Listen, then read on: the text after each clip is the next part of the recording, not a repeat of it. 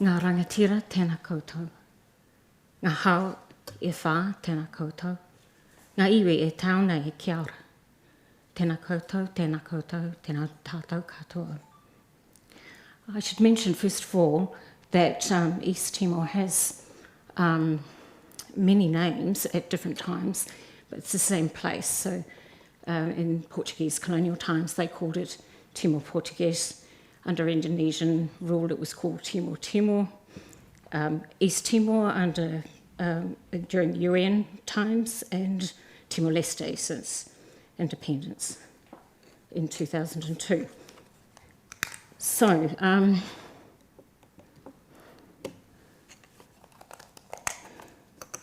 in this presentation, I've selected some lesser known but important elements of East Timor's history, going back to the Portuguese colonial pacification campaigns in the late 19th century. These elements shift the balance of a popular narrative that tends to the simplistic and triumphalist, which generally begins with the Indonesian annexation of Portuguese Timor in 1975 and ends with East Timor's independence ceremonies in 2002. So for the purposes of my talk today, these selected elements include, I'm going to look at the colonial pacification campaigns at the end of the 19th century, conflict during the Second World War, the short civil war that occurred in Timor in 1975, and then also talking about the ideological problems of the resistance. The liberation of Timor follows the collapse of the Suharto regime in Indonesia in 1998, leading to East Timor's independence in 2002. In 1999, and for some time after, New Zealand Defence Forces and police played an important part in the international military intervention, Interfed, and the UN mission, UNTAID. The Stabilisation refers to the international intervention in 2006 by the Australian-led International Stabilisation Force, and when the government of Timor-Leste collapsed during the 2006 crisis. New Zealand Defence Forces and police also played a significant part in that intervention. The island of Timor sits at the edge of Asia and the Pacific. In anthropological terms, it's regarded as part of the Austronesian world that extends from Southeast Asia across the Pacific into New Zealand. Timor traditionally comprised many small defended kingdoms with complex animist belief systems and powerful oral traditions, ruled by liurai, and here you can think rangatira. Timor has many people and many languages, both Austronesian and Papuan. That's a little map of that.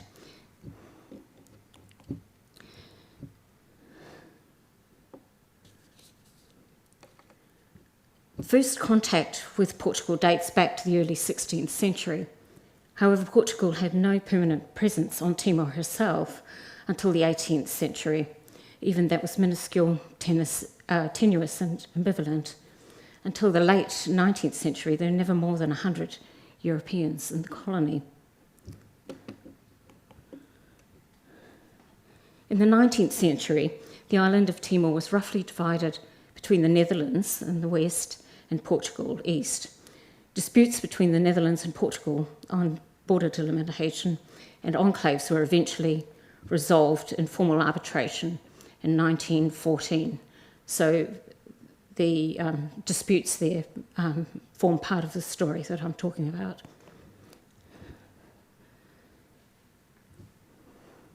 In the 1860s, Governor Afonso de Castro lamented Portugal's failure to have had any lasting impact. He said, 3 centuries of our rule has not created industries, nor developed commerce, or agriculture, nor civilised the people, nor consolidated our sovereignty. It seems as though civilisation has never arrived, and if we were to abandon the island today, few traces would remain of our dominion.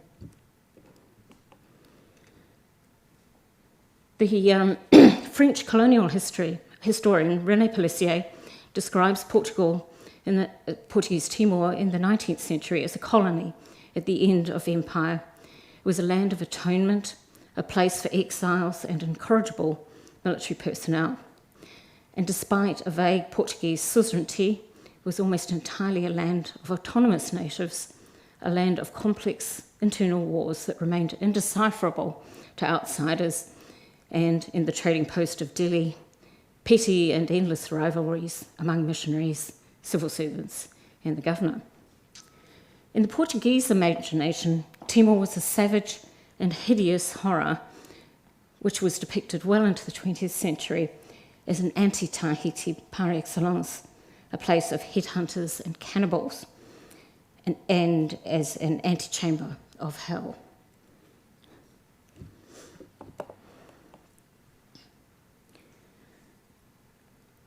Now, I have here some photos I took recently in the Motua Gardens in Whanganui. And I was interested in the language that was used to celebrate a victory of law and order against fanaticism and barbarism, which has many resonances with the language that was used by the Portuguese in Timor. Defeating barbarism was also one of the express justifications of the Portuguese for their campaigns. Underlying the conflict, one observer pointed above all to the proud and haughty nature of the Timorese, who did not like interference in their domains. From the late 1880s, conflict initiated by the colonial authorities escalated markedly. Ironically, it was the colonial government's campaigns that became increasingly barbaric. Most of the colonial forces were used.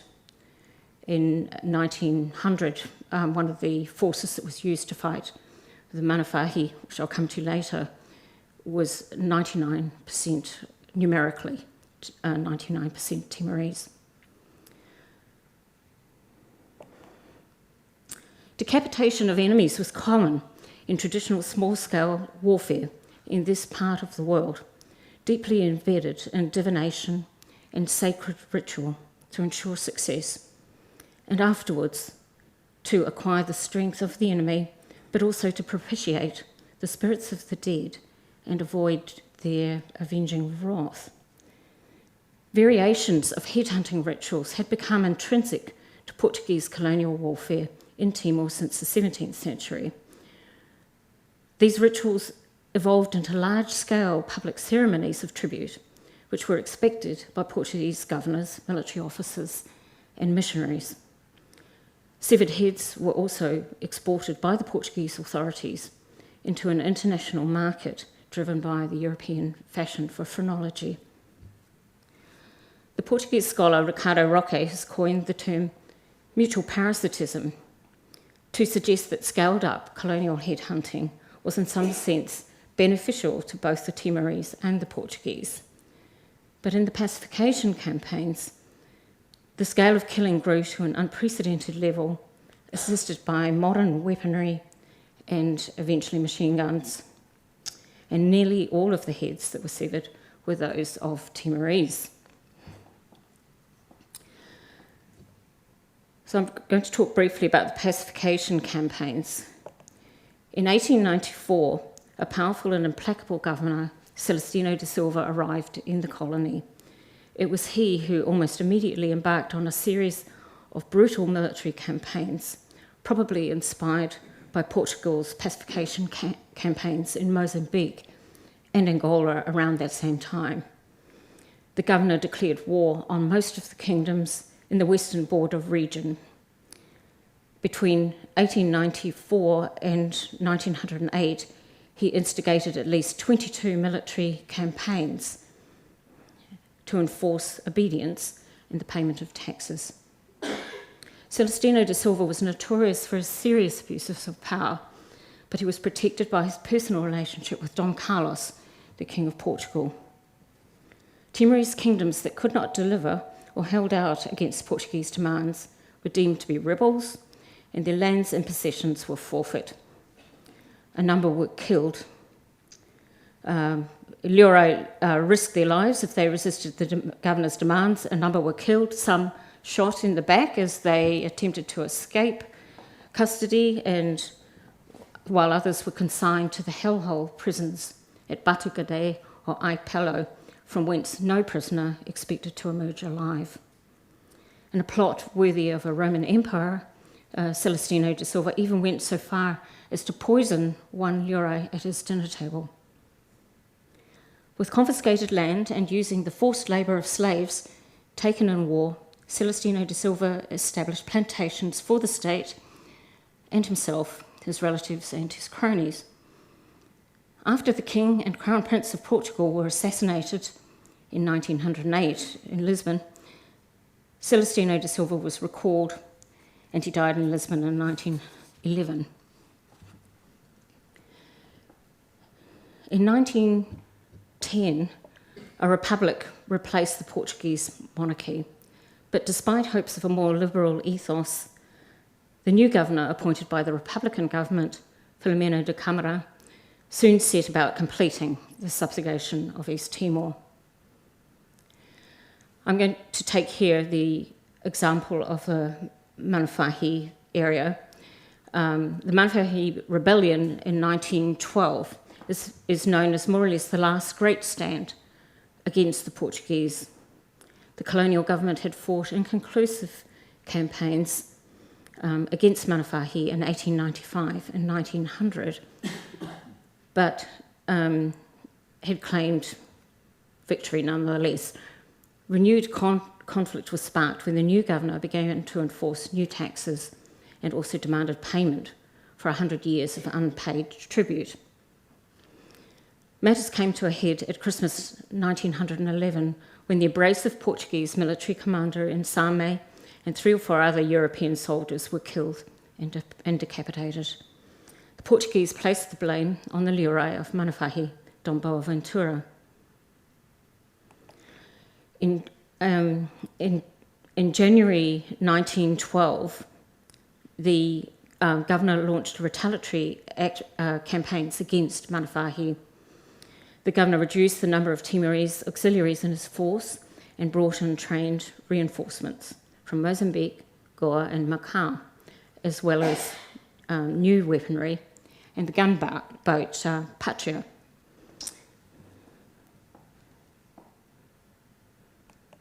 So this is a sketch map done by the deputy commander of the gunboat Patria in the fight against Manawhahi. It's a very bad map, so I think I can point with this, can I? Is it that one? Sorry. So here we are, the Manawhahi area is here. So what the gunboat was trying to do was shoot up. So they were attacking from Delhi here, and then there's various pincer movements going on, and then the gunboat was meant to shoot up from the sea up into there, because there's no navigable rivers in Timor. But they couldn't make the range into the high mountains, so that didn't work so well.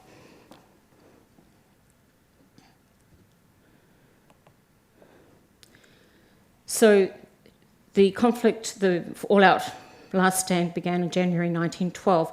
Several months later, in the final stage of the Manawhahi War, Boaventura and his people took refuge in fortified mountain strongholds at Kablaki, Riak, and finally Leolaka, which is marked on that map. Forced eventually by hunger and thirst to surrender, many thousands of people, including women and children, were mown down by machine guns. But Boaventura and about 6,000 of his men escaped into the swamps. In August 1912, with the fall of Leolako, the governor returned to Delhi triumphant and held a public celebration of the victory, an exposition of the severed heads. The governor took a lead part in the ceremonies and kicked some of the heads around, which caused a scandal when reports reached Lisbon.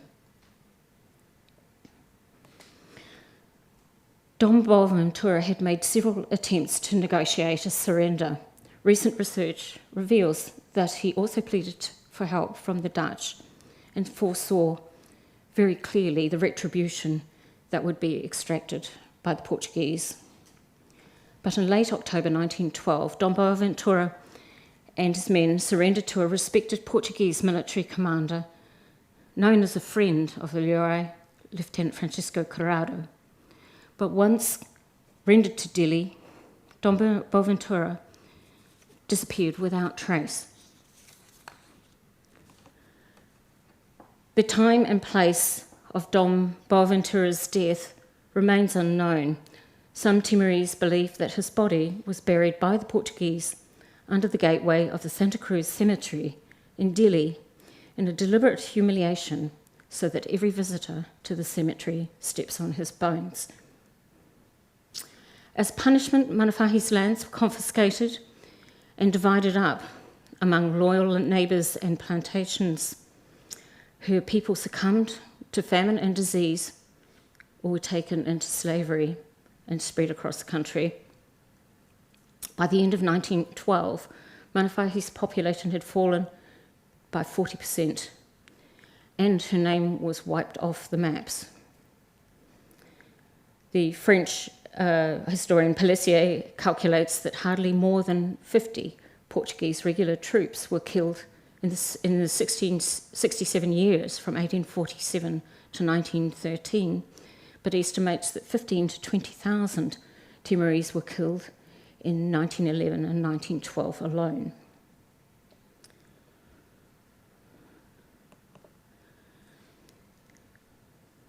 So we have here a couple of flags. This is the monarchist flag of Portugal from 1830 onwards. There are lots of different flags, but that's one of them. And this is the Republican flag that was promulgated in 1911. The Lerai of Manawhahi and her allies, Raiman and Kamanasa, didn't think of themselves as rebels, but rather as fighting to avoid destitution and the destruction of their kingdoms.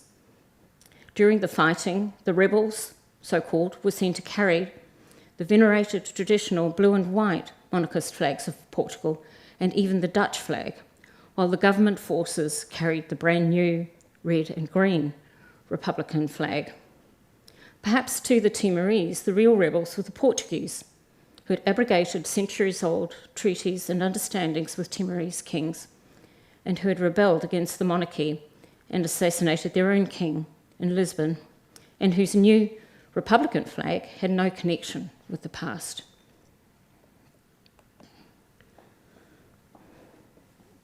So this map is of the new map, which Manawhahi doesn't appear on, and shows brand new names that emerged under the Salazar dictatorship in Portugal.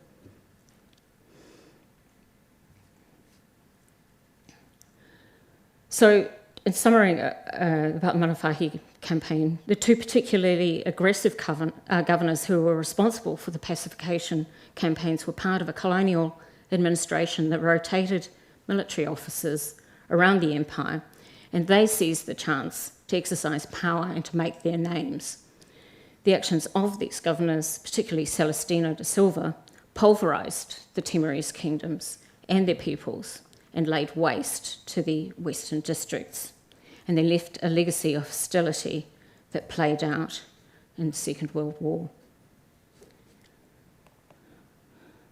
So this is another map that was produced at the beginning of the Salazar dictatorship early on, which overlays, this shows Portugal's not a small country, and it shows when you paste it over its colonial territories to make that point.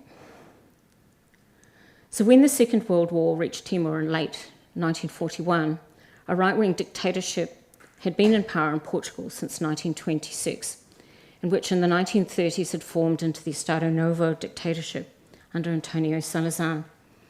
Between 1927 and 1931, more than 500 political and social prisoners, called deportados, were transported to Timor, of whom about 100 still remained in 1941.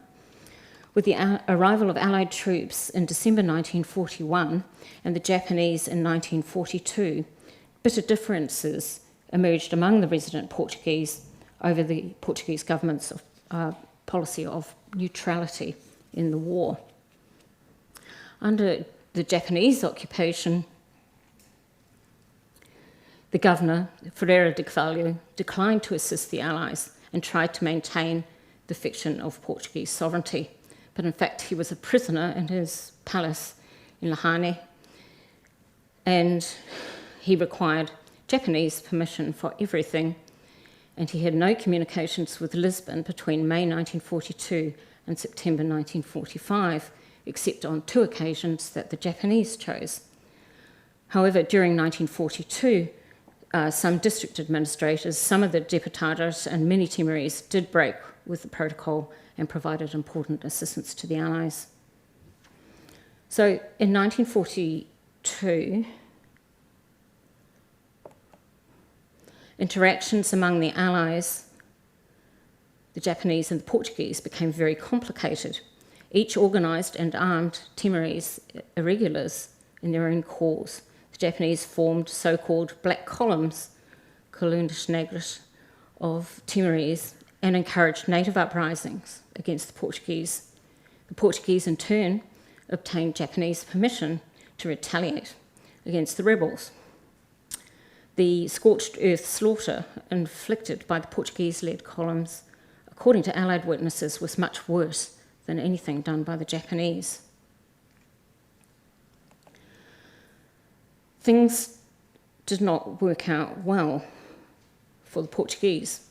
While the Portuguese columns were away avenging native rebellion, the black columns that were associated with them, although not at that time acting under their orders, took part in a Japanese-inspired attack on Aileo on 30th of September 1942.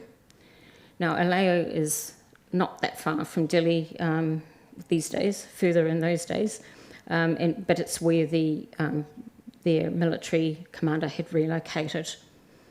So during this attack on Aileo, 11 Portuguese were killed or committed suicide, and both their native units were wiped out. The dead included the Portuguese military commander, Captain Fred Costa. The Aileo tragedy meant the end of Portugal's small military capability in Timor.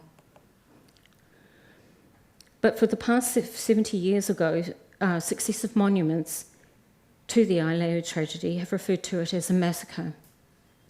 For Salazar, so this was presented as a massacre, but in fact, most of these people committed suicide, the Portuguese side. So for Salazar, the suicide of Portuguese military officers was not to be countenanced, and he also refused to allow the Portuguese administration to evacuate from Timor. So in October 1942, immediately after this, the Japanese directed that all the Portuguese assemble in protection zones, concentration camps, on the northwest coast of Timor, Likisa, Maubara, Bazartete, for their protection against native rebellion. Here they suffered greatly from starvation and malnutrition, like the engineer Artur de Canto Resende.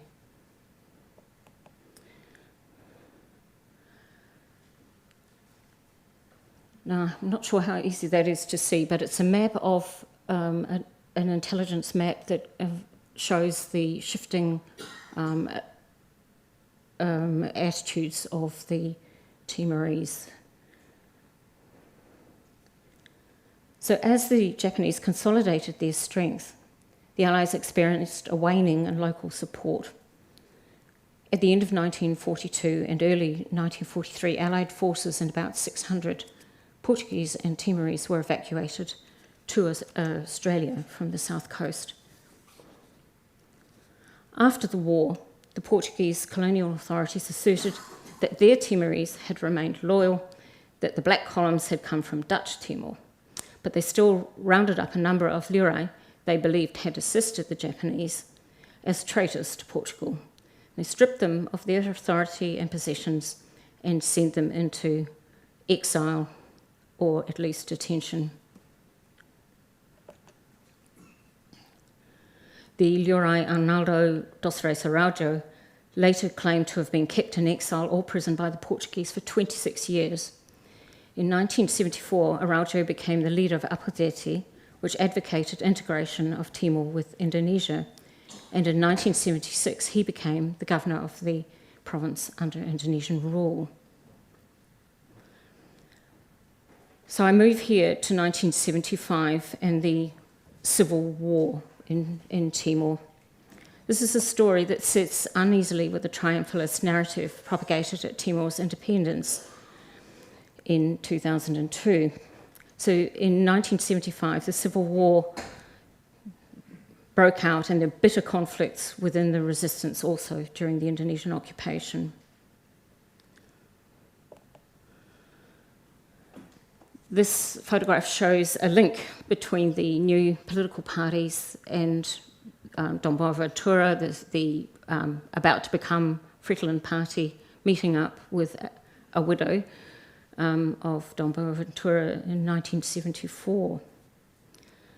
So in April 1974, the Salazar-Caetano dictatorship in Portugal was overthrown by a military coup, opening the way at last for decolonisation of Portuguese territories. In Timor, the leaders of the political associations that formed were mainly from a small privileged group who knew each other well, and some of whom were closely related.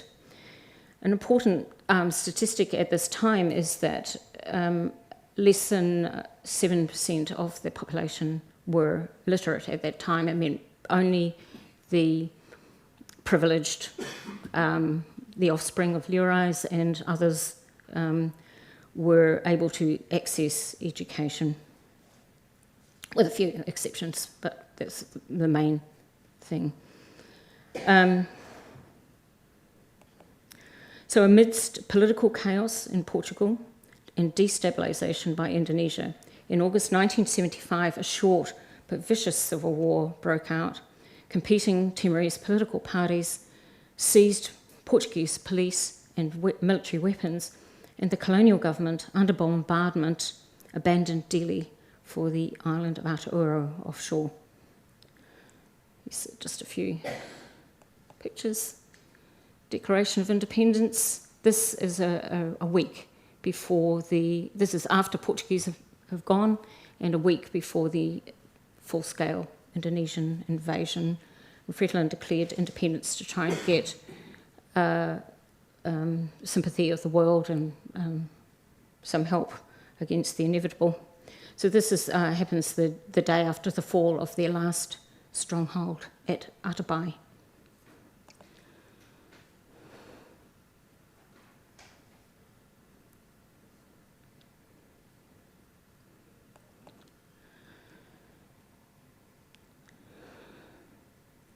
So in that short civil war, Fretilin prevailed, and opposing parties were forced over the border into Indonesian territory.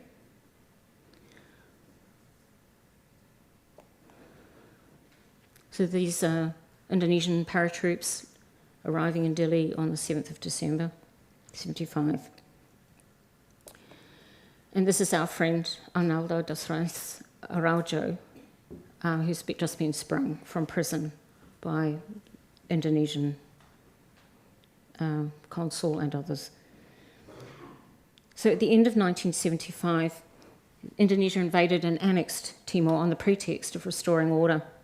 Fretilin became the resistance, while the opposing parties, UDT, Apodeti and Kota, and their leaders were co-opted into the Indonesian administration. So I want to talk now about the ideology of the resistance. Under the influence of Timorese students returning from Lisbon in 1974, ASDT adopted the Maoist ideology favoured by student groups in Lisbon and became Fretilin.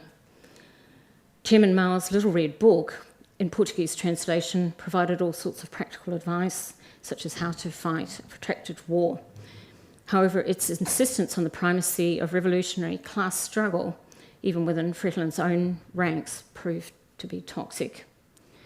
As Fretilin retreated into the mountains in December 1975, it forced with it hundreds of political prisoners, many of whom were massacred soon after. In Fretilin liberated zones, class enemies such as the families of UDT and Apadeti associates, including small children, were kept prisoner and routinely executed or tortured and killed over the following 3 years. So in 1976, the Fretilin leadership also turned in on itself. Conflicts over ideology, military tactics and strategy led to bloody internal purges in which Fretilin killed many of its own most capable and experienced military leaders. The Shagar report, published in 2005, is damning of those purges and the role of the senior Fretilin leadership in them. Leaders not only knew of and approved brutal and terrible tortures and executions, but in many instances were themselves the perpetrators of atrocities.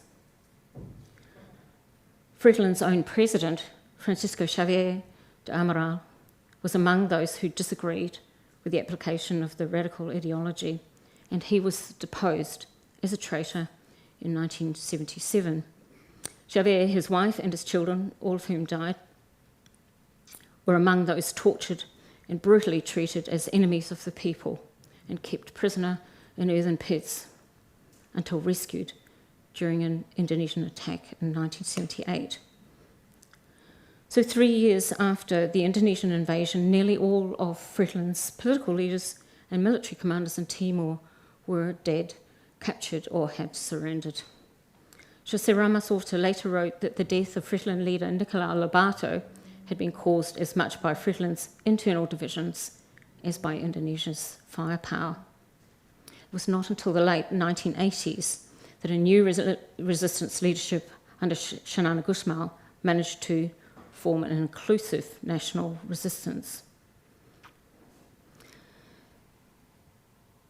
So I'm here moving to the Indonesian occupation, and I apologise for some of these images.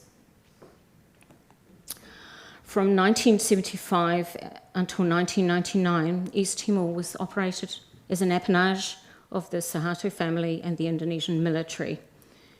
It was, according to a later governor, Mario Carrascolau, a concentration camp. Human rights abuses were rife and death was arbitrary. This was a terrible period of Timor's history. Famine conditions in the early years were described as bad as Biafra. Compromise to the Timorese people was unavoidable. During the occupation years, most Timorese men had to serve at some point in the Indonesian forces. Some rotated between the resistance and the Indonesian army, as circumstances dictated. Many people who served in the Indonesian administration did what they could, if they could, to help. But if there were a line between heroes and traitors, victors and perpetrators, it was often rather blurry.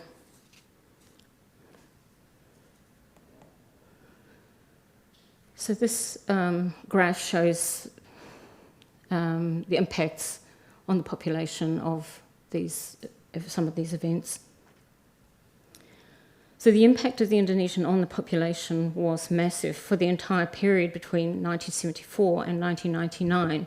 The CAVR analysis is that attributable deaths were a minimum of 102,000 people, comprising 18,500 direct killings and 84,000 ex-US mortality as a result of famine and bad, terrible conditions.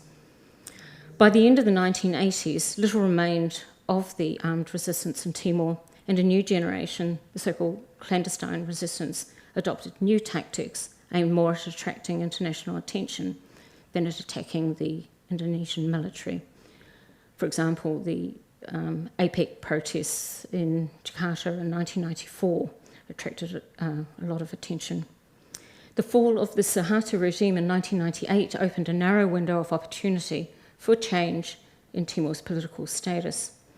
Under UN auspices, a popular consultation was held in August 1999.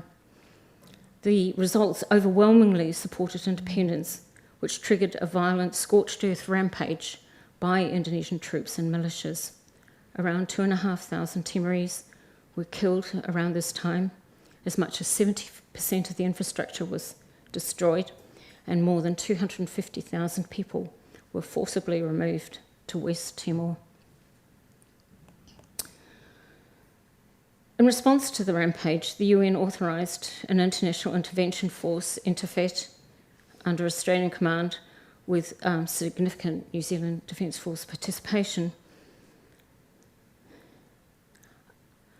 And my colleagues will be talking about that later. The UN mission that was created, UNTAIT, was given substantial resources and powers. The tasks of that mission, however, were enormous and complex. On the one hand, to respond to the immediate humanitarian crisis and destruction, and on the other, to prepare the country for independence.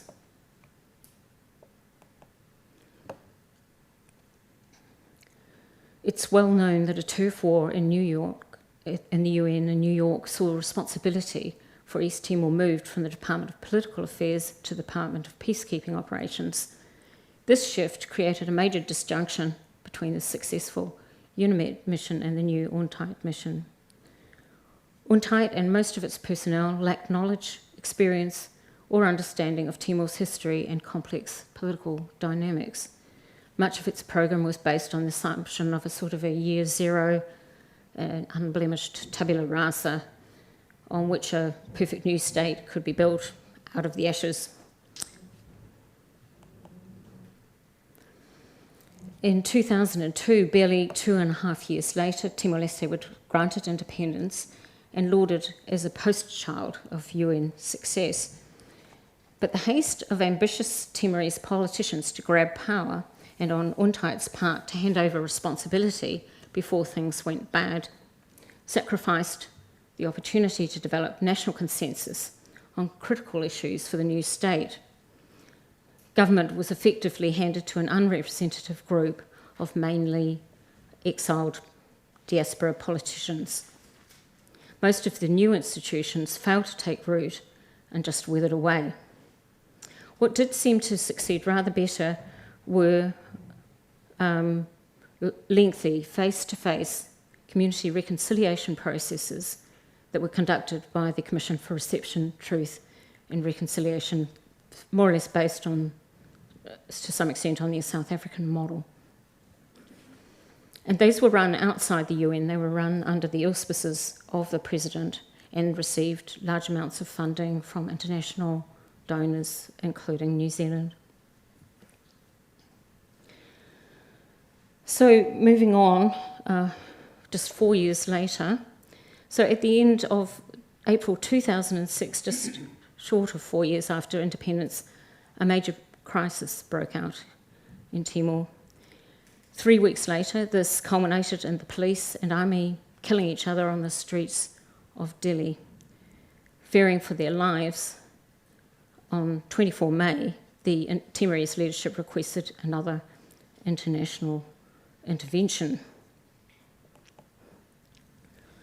What had begun as low-level grumbling in January 2006, by the end of April, had split the army into petitioners and loyalists down east-west ethnic lines.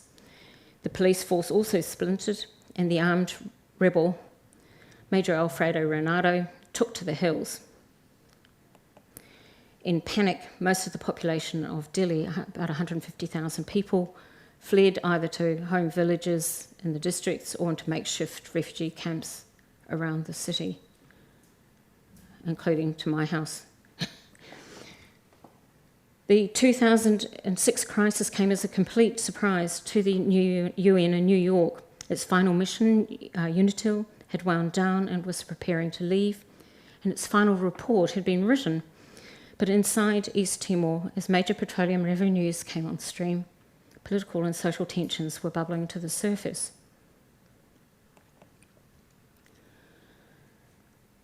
After the euphoria of independence, by 2006, many Timorese were hungry and felt desperately let down. There were tensions between the diaspora, returned from exile, and those who had survived the Indonesian occupation, between the haves and the have-nots, among political leaders, among resistance heroes who felt ignored and neglected, and among and within political parties, between the church and the state, between the army and the police, in their case, over who was more favoured and had the better weapons. The government's hallmark was paralysis and inertia, and its abuse of power was growing.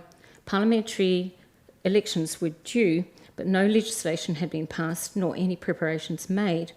Many Timorese believed that the government leaders were reverting to their Marxist-Leninist roots and intended to run Timor as a one-party state. At the root of the crisis was political conflict, but this was not immediately apparent. But disturbing evidence later emerged that on government authority in the east, civilians had been provided with military weapons and uniforms, and in the west, with police weapons and uniforms. That in itself virtually guaranteed lethal confrontation. The government had also implemented secret plans for Fredlin death squads, tasked with killing the party's enemies, including the enemies within. So some of this is a bit hard to credit, but it stood up as evidence in a trial in 2007, which the Minister of the Interior, Rogério Lobato, was convicted to 7.5 years of prison. I should add he served 3 months before making an escape. So, the request for the Timorese for an international intervention went to the UN Security Council and bilaterally to New Zealand, Australia, Malaysia and Portugal. The International Stabilisation Force intervention was, however, very different from the Interfet intervention in 1999. The ISF did not have Interfet's absolute powers.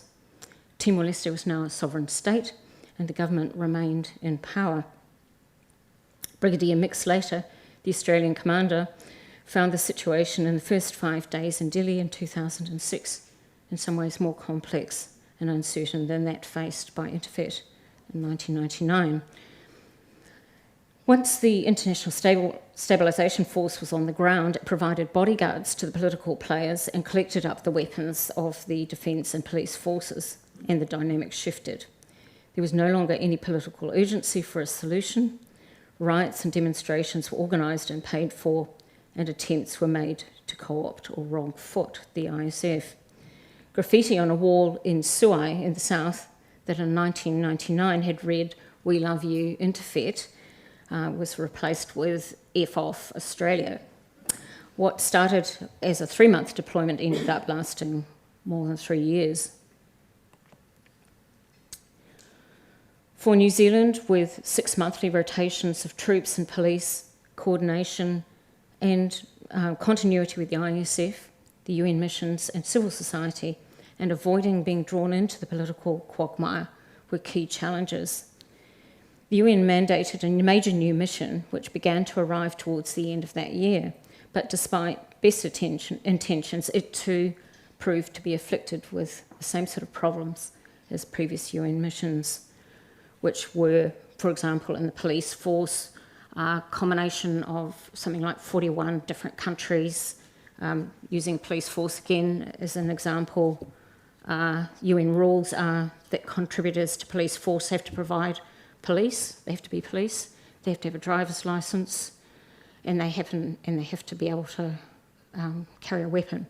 Well, a lot of them weren't police, and some of them didn't have driver's licences either.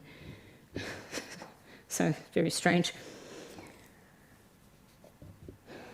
In October 2006, an independent UN Commission of Inquiry provided a preliminary report into the crisis and recommended follow-up investigations and prosecutions, but responsibility for judicial follow-up rested in the hands of the Timorese authorities and ultimately resulted in nothing much.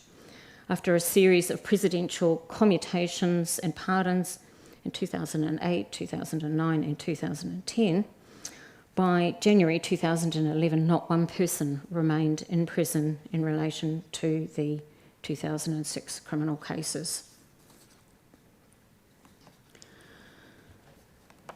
So, in conclusion, I want to say the hidden histories, the scars of the past, matter very deeply in Timor, but much of that history is poorly recorded or fragmentary and painful to rehearse or confront. East Timor has had a rough history, with most of the last 150 years effectively under military rule by Portugal, Japan, or Indonesia. But Timorese were not just passive victims in this history, they were active participants and chose various paths at various times according to their own circumstances. The colonial pacification campaigns at the end of the 19th century relied on Timorese warriors. In the Second World War, despite the territory's neutrality, Timorese found themselves or aligned themselves with the Allies, the Japanese or the Portuguese. The internal war wounds inflicted in the Civil War in 1975 and the internal struggles within the resistance are perhaps the most painful part of East Timor's history today. And during the 24 years of Indonesian occupation, just surviving entailed compromise.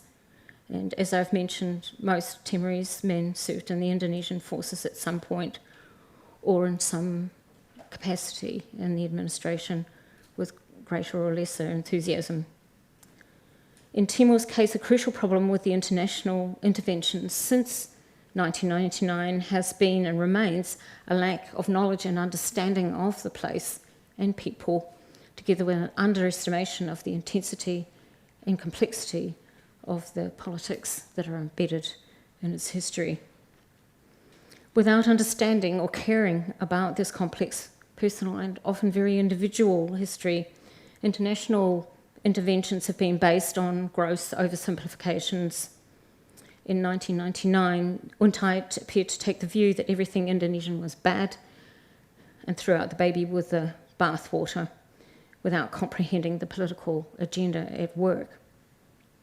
Many foreigners failed to understand that Timorese themselves made their judgments on the basis of how people behaved rather than their nationality. There were good Indonesians as well as bad, just as there were bad Timorese as well as good. But even in the 2006 crisis, one of the first reactions of the Indonesian community, of the international community, was to look for Indonesian involvement, for which there is no evidence. International interventions have been most effective, in my view, for limited purposes, like the UNIMET mission in the popular consultation in 1999, and then the Interfet mission, and also the International Stabilisation Force in 2006. New Zealand made significant and welcome contribution to these operations, in which cultural resonance and respect played an important part. Even so, such operations can be at risk of political capture. This risk was sharply evident during the Stabilisation Force deployment in 2006, notably in relation to the fugitive rebel Alfredo Renato. Political leaders at various times tried to get the International Stabilisation Force to kill him, not to put too fine a point on it. Interventions for longer-term outcomes have often proved much more complex. So I'm thinking here of the UNTAID mission establishing the institutions of state and so on. But some of these interventions have been extremely wasteful and even counterproductive. Much of the work done by outside agencies and UN missions to establish institutions of state failed to take root. Important opportunities were squandered and local energy and enthusiasm was sapped. The introduction of outsiders can be used to diffuse or shift the responsibility for solving problems. But external parties also bring in their own personalities, incentives and dynamics, which can impede or run counter to stated objectives. These factors are rarely acknowledged in our purportedly rational world. These factors, ideas of international best practice, often dominate, even though such ideas are always abstractions and not applied realities. And where a smorgasbord of options and offerings is available, this can be detrimental, confusing, and corrupting. So the consequences of Timor's violent history run deep, but despite profound trauma and grievance, there's also a capacity for strikingly strong social cohesion and consensus, as demonstrated in the CEA-VR reconciliation process. However, this approach takes a lot of time, effort, and patience, and doesn't sit well with the expensive, quick-fix, results-based focus of most UN missions and international interventions.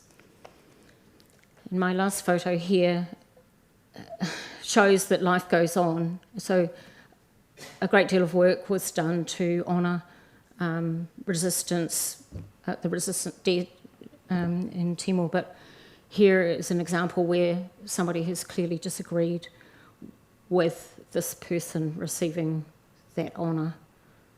And this is a recent, that photo is 2019, but I think those cemeteries were established in the last 10 years or so. So that's all from me, thank you.